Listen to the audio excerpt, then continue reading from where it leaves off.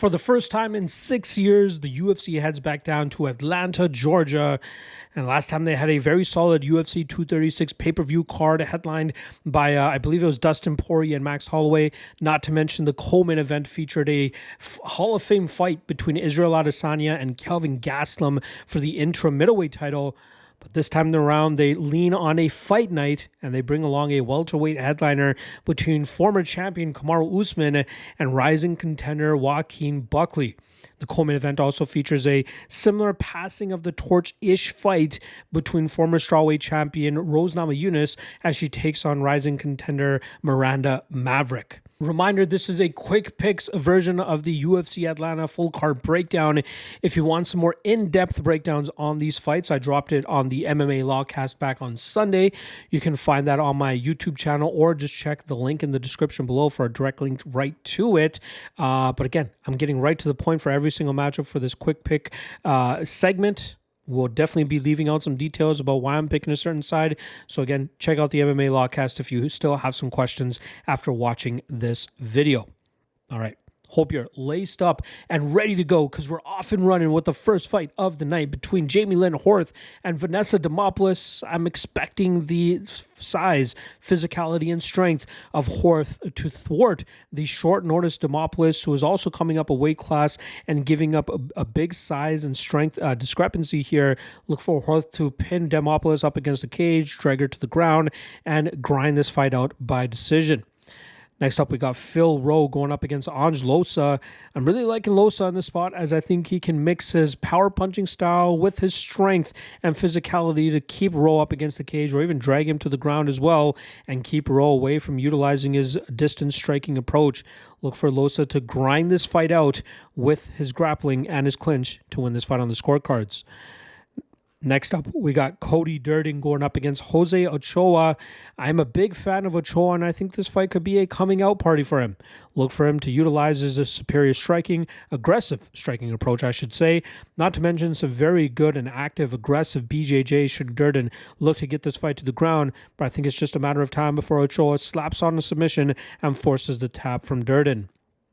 Next up, we got Malcolm Wellmaker taking on Chris Moutinho. This fight was put together somewhat on short notice, but Wellmaker wanted to fight in front of a home state crowd here. Thus, the UFC signs Moutinho on short notice and puts him into a similar position like when he fought Sugar Sean O'Malley in his original UFC debut. Now, I think Wellmaker is a superior striker, and I think he'll be able to showcase that by putting it on Moutinho here. But Wellmaker does make some mistakes in his striking defense game that Moutinho might be able to capitalize on. So even though I'm picking Wellmaker to win this matchup, I think minus 1,300 is way too wide to trust. Next up, we got Michael Chiesa going up against Court McGee in a battle of veterans. But I have to lean with Chiesa here as I think his grappling will be superior, and I think he'll be able to keep McGee in these bad spots and more than likely snatch the back of McGee, and I think that will allow him to grind this fight out, winning it on the scorecards. Next up, we got a chaotic matchup here between light heavyweights Rodolfo Bellato and Paul Craig. I expect Bellato to keep this fight upright and then utilize the striking approach to put the damage on the Scottish fighter. And I think that will eventually lead to Bellato finding that club, or actually just straight up club and drum. I was going to say club and sub, but I'd be surprised if he looks to try to submit Craig here. I think he'll just look to utilize his big power and get Craig out of there within 2 rounds. Next up, we got Alonzo Menifield going up against Umar C. I think Menifield is starting to showcase that he's declining in his game, and I think C is clearly on the come-up. I think we'll see C utilize his physicality and his strength to keep Menifield up against the cage, drag him to the ground when he's able to find those openings, grinding this fight out, winning it on the scorecards. Next up, we got Mansour Abdul-Malik going up against Cody Brundage. I think Abdul-Malik will utilize his athleticism, explosivity, and power to find that big shot to put Brundage away early here. And I don't think Brundage likes that type of approach, hence why he'll break pretty quickly, allowing Abdul-Malik to find that round 1 knockout.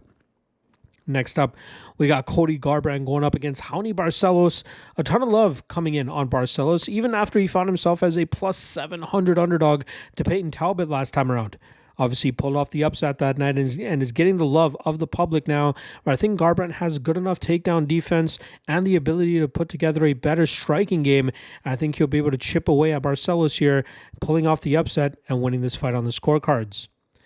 Next up, we got Edmund Shahbazyan going up against Andre Petroski in a clear grappler versus striker matchup. But I'm going to have to lean with the grappling of Petroski, as I think he can put his power punching together to thwart the success of Shahbazyan striking, eventually pinning him against the cage, dragging him to the ground, and maybe finding a submission in the second or third round. But I'll ultimately lean on Petroski to win this fight on the scorecards. Next up, we got Rowe's Namajunas going up against Miranda Maverick. This is a closer fight than the odds suggest, but I expect Namajunas' striking to reign supreme here, as she might have some issues dealing with the strength and clinch work of Maverick.